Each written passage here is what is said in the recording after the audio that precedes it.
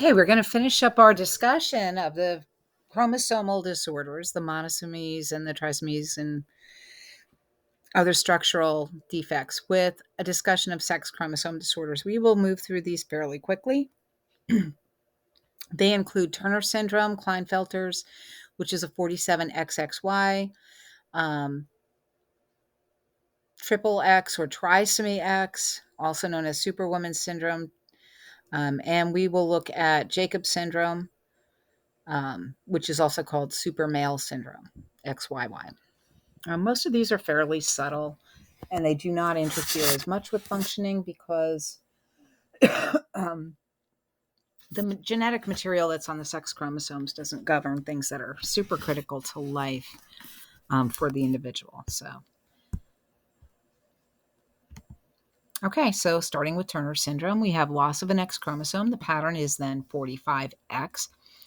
It is the most common chromosomal disorder at conception, but 99% of these result in spontaneous abortion for whatever reason. It affects 1 in 1,500 to 1 in 2,500 females. It is usually caused by non-disjunction during meiosis, can be mosaic.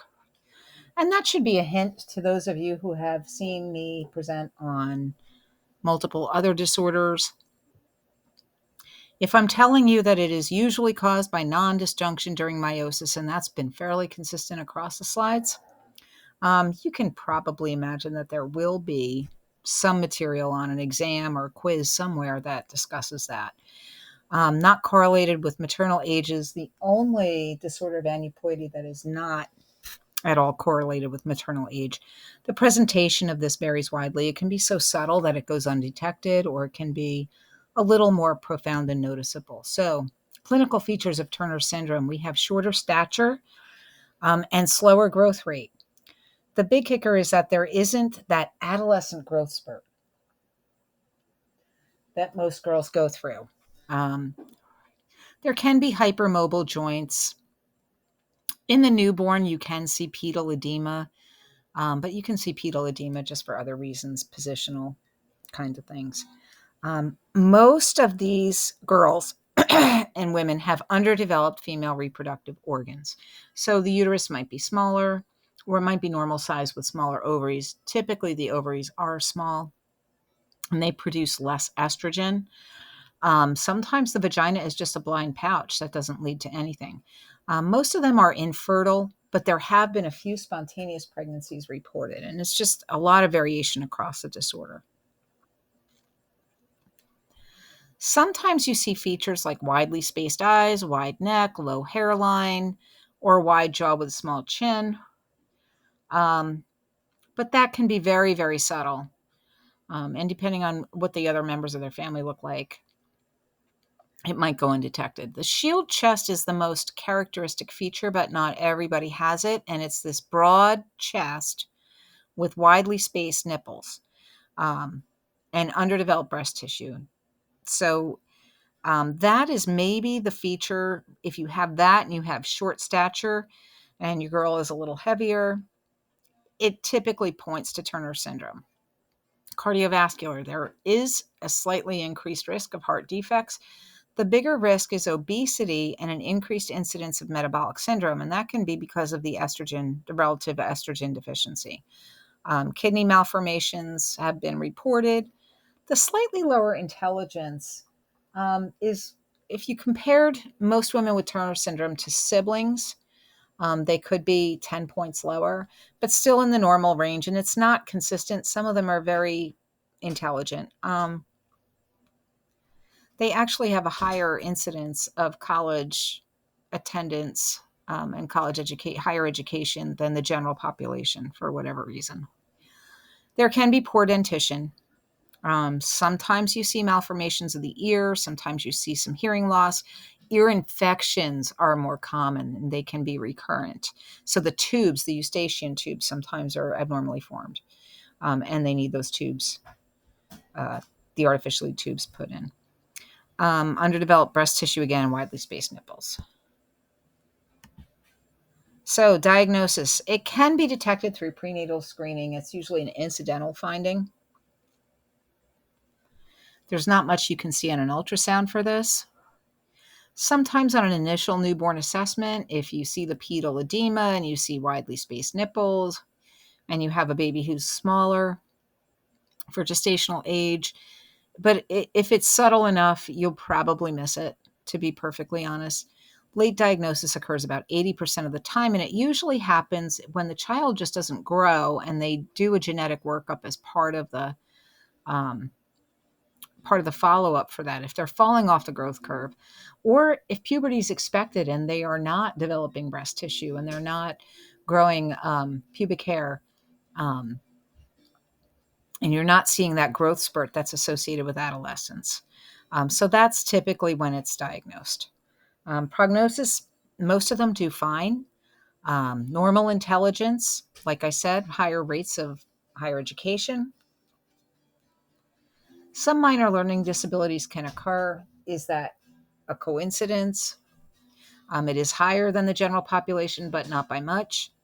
A slightly shorter lifespan due to heart disease, not from the defects as much as from the metabolic syndrome, from that high cholesterol and potentially diabetes. Osteoporosis is common, more common, and if there's no menstrual cycle and there's no menopause, it's basically they don't get that protective effect of estrogen. Sometimes women achieve pregnancy spontaneously. There have been reports of it. If they have an ovary, if they have a uterus and ovaries, it can happen. It is less common, but pregnancy can be achieved with artificial reproductive techniques. You can have egg donation with in vitro fertilization. Um, and so there is a pathway to motherhood.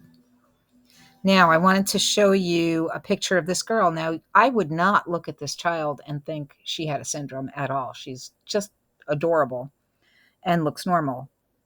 But she does have that obesity. Once Turner's is diagnosed, though, once it is detected, it should prompt a thorough medical evaluation. You should be looking at the heart and looking at, different systems, the kidneys, to see how this girl, how her health risks are adding up. There could be a gynecological examination, and you would want to see what the structures are internally, so maybe ultrasound for that. The team could include multiple disciplines or specialists. You could have a cardiologist if there are heart defects. Endocrinologist, absolutely, because our main therapy is going to be hormone replacement. Developmental pediatrician, to assess for any learning disabilities, to chart growth. A surgeon if they discover congenital heart defects, and usually an ear, nose, and throat doc because the incidence of ear infections from the different development of the eustachian tubes. Mental health support if body image issues arise, or if issues around, the fear of not being able to have kids. But you definitely want to target the family and the girl for any kind of support you can offer. So some resources, children's hospitals, especially ones that specialize in genetic diseases, the Turner Syndrome Society, the Turner Syndrome Foundation. There's a lot of help out there. There are also Facebook groups and online support groups. Anything that helps people connect. But with a lot of support, people do very well with Turner's. Okay, so trisomy X, tetrasomy X, and pentasomy X. Now, when you have more than 2 X chromosomes, trisomy X is an XS chromosome. May have few or no symptoms. Most are phenotypically normal. And you see these women here. It's like, I wouldn't pick them out of a crowd either. Some may have minor learning disabilities. The big outstanding characteristic of this disorder is that they are taller than average compared to other family members. They are usually fertile. There is usually no higher incidence of infertility with trisomy X. And they have a very good prognosis, and the impact on the quality of their life is usually minimal in the absence of learning disabilities. May not even discover it, so the true incidence isn't even known. because a lot of women, it's discovered as an incidental finding, if they're tested for something else. Tetrasomy and Pentasomy X are more severe, but they are very rare. So these are tall people. The more X's you have, the taller you'll be. There's a significant reduction in cognitive function. The IQ of most of these individuals ranges somewhere from 35 to 70. They may have facial dysmorphism, skeletal defects like scoliosis, and some cardiac defects. So you can't just keep adding more genetic material. Yes, there is X inactivation. That's why trisomy X has so few symptoms, because that exist gene will inactivate 2 of those X's. It's only going to leave 1 X standing. But there are escape genes, and the more escape genes you have, the bigger dose of wrong material. Okay, moving on to Klinefelters, which is 47XXY. So here we have an extra X chromosome. This is also subtle. So we have a male. Incidence is about 1 in 500 to 1 in 1,000. It's probably underdiagnosed. Usually it's caused by non-disjunction during meiosis. It may be caused by mosaicism, associated with maternal and paternal aging. Late diagnosis is the norm. Usually don't diagnose it in the newborn period or prenatally, unless you happen to have genetic testing because you're at risk for other things. You might not catch this prenatally, and you probably won't detect it in the newborn. So around puberty or in adulthood is when we typically see that diagnosed. Some cases may not be detected until later in adulthood when infertility is encountered, but not all men with Klinefelters have infertility. There is variation across the people who have this. So clinical signs, and here we have a picture of somebody with a more obvious case of Klinefelters. So they don't typically go bald because they don't have that testosterone to sort of promote the expression of those genes, the hair loss genes. They tend to grow less body hair, fewer chest hairs. They don't tend to grow really great beards, narrow shoulders, wider hips. Some men, only about 30%, will grow breast tissue and have that feminization. It's called gynecomastia. There is a reported increase in ADHD, and about 10% of men with Klinefelters will have some manifestation of autism spectrum disorder. Males are more likely to have autism spectrum disorder than females, generally speaking, anyway. So 10% is not an alarming number, but it is more than what you would see in general population. So diagnosis, prognosis, and treatment. So again, usually detected in puberty or adulthood. Life expectancy is nearly normal. It's slightly shorter because there is an increased incidence of hyperlipidemia, hypertension, and diabetes. Some men have infertility, not all. There's a higher risk of breast cancer in these men, higher risk of osteoporosis because we have lower testosterone, and we have a higher risk for autoimmune disorders. And these are things that typically women get. So there is that, with that X chromosome, they are at higher risk for those things. So testosterone therapy is the usual treatment for symptoms related to insufficient testosterone. And then you would just treat symptoms that are troublesome to that client. So if they have ADHD or autism or other learning disabilities, you would target that for treatment with special education, sometimes medications. Cosmetic surgery, if there is gynecomastia and it bothers the individual, can be offered. But mostly, it's supportive therapy and hormone replacement. And what I found was interesting, I looked at a list of celebrities with Klinefelter, and there are quite a few of them who are transgender and transgender activists. So there's possibly a biological basis with Klinefelters with that. It's pretty strong, just an observation that I made. So these are some of the support groups that we have for Klinefelter syndrome.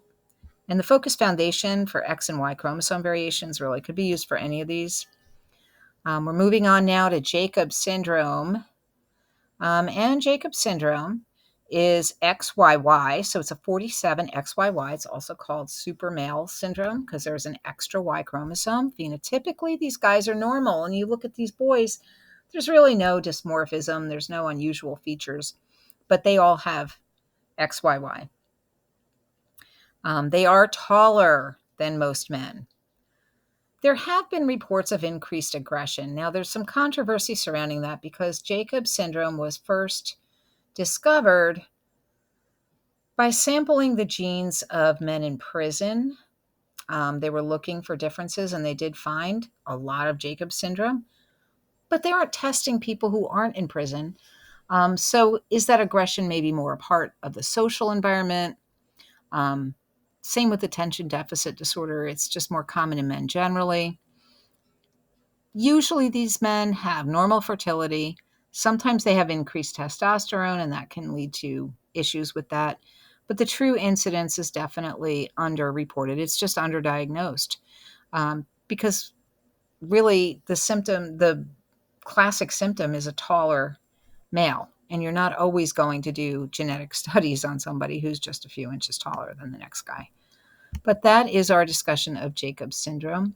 And that is the end of chromosomal disorders for us.